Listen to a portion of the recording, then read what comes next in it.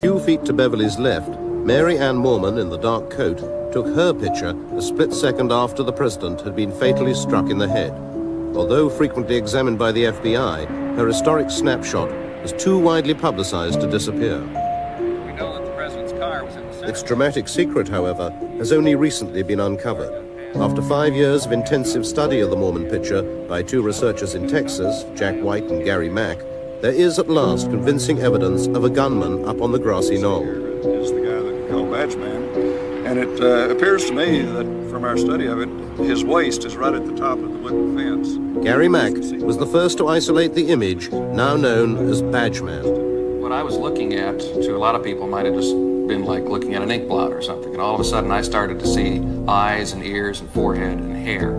And little by little, the pieces of this image started to make sense to me. And that's when I first called Jack. And with his photographic work doing the blow-ups, we could see more and more and more detail.